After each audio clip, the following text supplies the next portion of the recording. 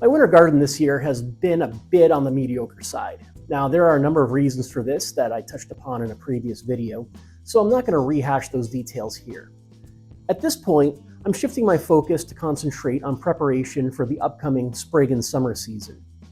Much of this prep is going to be in the form of an upgrade to the front yard garden I started last year in an attempt to milk just a little extra grow space out of my small property within Sacramento city limits. I was recently able to get started on that property by building a pair of the quickest, easiest, and cheapest wooden raised beds I know how to make. So today, I'm going to go over that process, but first I'm going to show off the bleak current state of my winter garden. If garden tours aren't your thing, I completely understand, so feel free to skip ahead to the build part of the video. All of our broccoli and kohlrabi was harvested and happily consumed by the beginning of January. Now all that remains in these beds are a few clusters of golden beets. So this was my first year growing kohlrabi, and I'm really wishing that I had grown more, because I think I now actually like it more than both broccoli and Brussels sprouts. It's definitely, I think, become my favorite brassica to eat. Here's all that remains of this year's brassicas, just these lonely Brussels sprout plants. I'm guessing they'll be ready for harvest sometime in February. My turnips reached a good size recently, so I went ahead and harvested those as well. 2 of them went into a hearty winter stew, and that's honestly the only way that I really like to eat turnips, is mixed into something like that. The other 2, however, I saved those as a treat for our chickens. It's almost shocking how fast they can tear through a turnip. Both the greens and bulbs are typically gone inside a day. Likewise, we've started to enjoy a little bit of a beet harvest. I only grew golden beets this year, and I highly recommend them for anyone who's on the fence about eating beetroot. Unlike many beet varieties, I find golden beets lack any hint of earthy flavor, and they tend to be a bit on the sweeter side as well, comparing them to a lot of your typical, red beet varieties. These overwinter potatoes were a bit of a tragedy. So because we were almost frost-free during the month of December, they really started to take off. Unfortunately, frosty nights decided to make a comeback in January, so I rigged up some on-the-fly makeshift frost covers. This is why I do my best to avoid having to cover for frost. I absolutely hate polyurethane sheeting. I find it depressing to look at, and given enough exposure to sunlight, it inevitably becomes brittle, crumbles, and makes a frustrating mess of plastic debris. And as it turned out, I made my yard look like an abandoned construction site for nothing. I guess the sheeting I bought wasn't thick enough, and the plant still took substantial frost damage. We wound up having frost pretty much every night during January, and these plants got the living hell beaten out of them. I ultimately called them a loss. Now, as disappointing as this was, I did learn that November 1st is not a good time to start a potato crop in the Sacramento Valley. See, I'm trying to find the best start dates for potatoes in my climate to allow 2 decent harvests per year without the plants taking up space I need for my star spring and summer crops like tomato and squash. Now, I know I can get a decent harvest of quick yielding potatoes if I start them around September 1st and harvest them when the first frost kills them around Thanksgiving time, but I'm still working on the best start date for crop number 2. Speaking of a second potato planting, I got some sprouting around Christmas and also started a second round of broccoli and kohlrabi. Some of these went to a relative who wanted to get a winter garden of their own going, but I retained a few for my own garden. I also threw a handful of these short vine snap peas in the ground.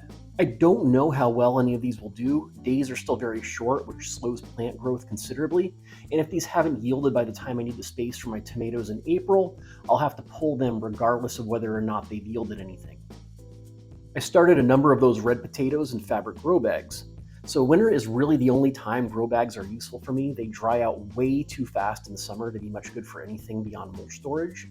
And the pieces of wire fencing on top of the grow bags are really just cat deterrents. They love to poop in those things. I've already started to prep a number of my beds for spring by terminating the cover crop and using it as a preliminary mulch layer.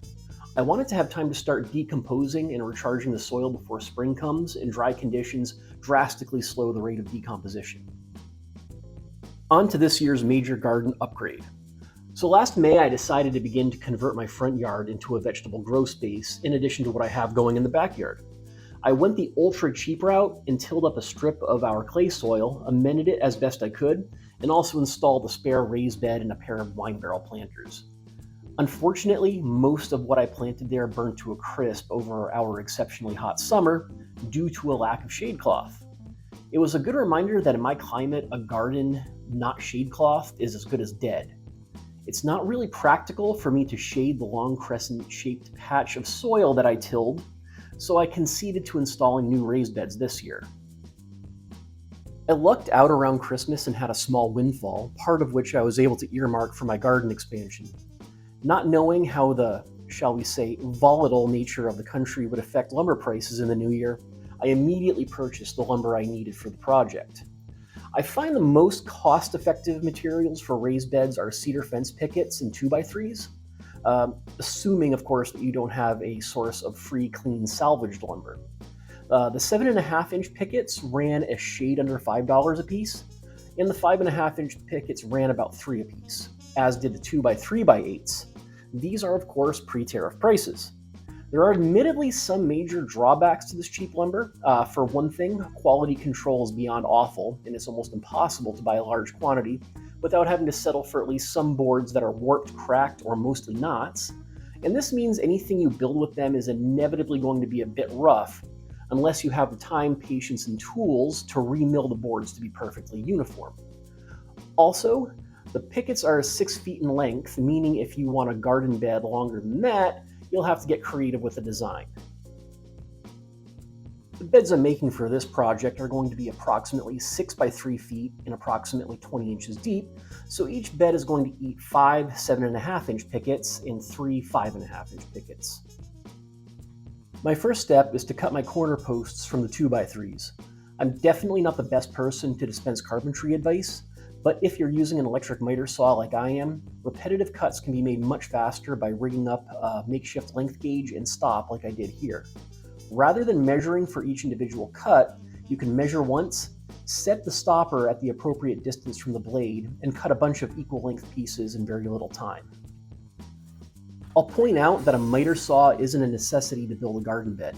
It does, however, make the process a little faster and easier, especially for someone like me who can't freehand a straight cut to save his life.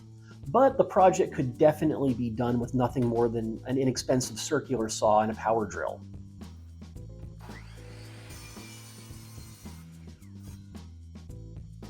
Also, I do have an earlier video on a wooden raised bed build, but that design was a bit more elaborate. The approach I'm taking today emphasizes high speed and low cost.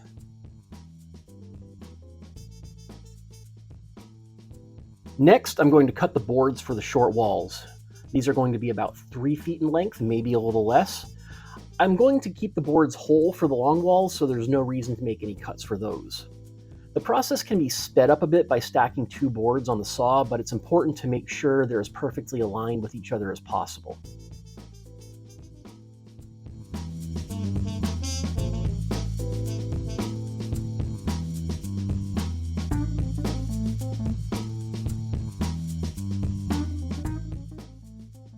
Here are all the pieces for a bed laid out like the world's crappiest IKEA kit, and now it's time for assembly. I'm going to assemble the long walls first. This is really just a matter of aligning the sideboards perpendicularly along the corner posts and screwing them into place. It's not complicated, it just takes a little attention to detail. Since these thin cedar pickets are very prone to splitting, pre-drilling some pilot holes prior to setting the screws is very important. Here, I'm adding a third post roughly midway between the corner posts. If the reason for this isn't already apparent, it'll make sense shortly. Now that the long sides are assembled, it's time for the hardest part of the project, connecting them via the short boards. This step is way easier with a second set of hands available to help, but I was flying solo on this, so I had to balance the long sides and some empty garden beds while I secured the short boards to the corner posts.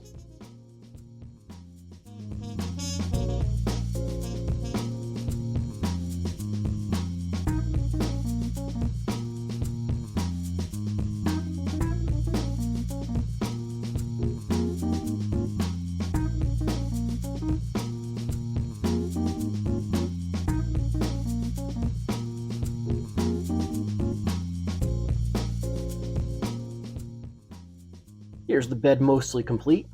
As I expected, due to imperfections in both the boards and the builder, the joints at the corners look absolutely horrible. If these were going to be backyard beds, I'd probably just call these good and install them as is. After all, at the end of the day, they're just wooden boxes that are going to hold wet dirt. But since these are going out front where passersby can see them, I want them to at least look a little bit decent. To dress them up a little bit, I just cut some quick trim pieces from spare 5.5-inch pickets. To save time and materials, I cheaped out and got a little lazy. I only set trim on the side that's going to face the street. I could call it here, but there's one extra optional step that I'm going to add.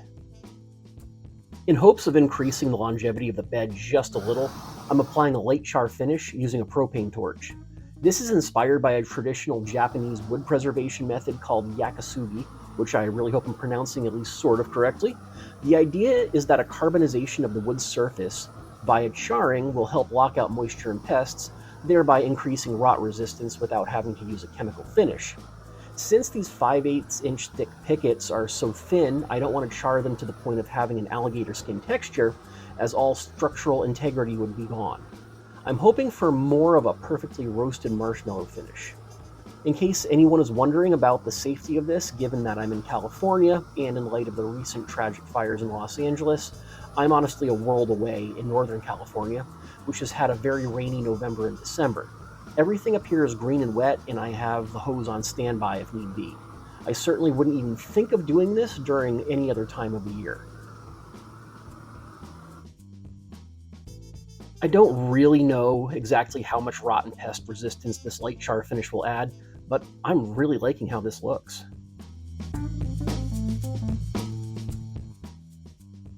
The last thing I did was install a length of cable between two eye bolts set into the center posts.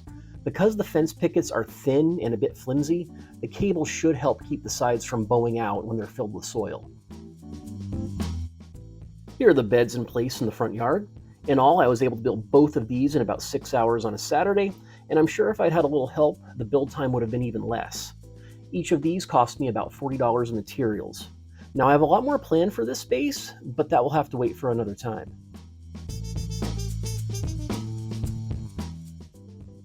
That'll about do it for today. It's chilly and rainy as I finish the voiceover for this video, but I know spring will be here in an eye blink, so the pressure is really on to finish my garden prep and seed starting before it's too late. So, until next time, let's hope it all doesn't die.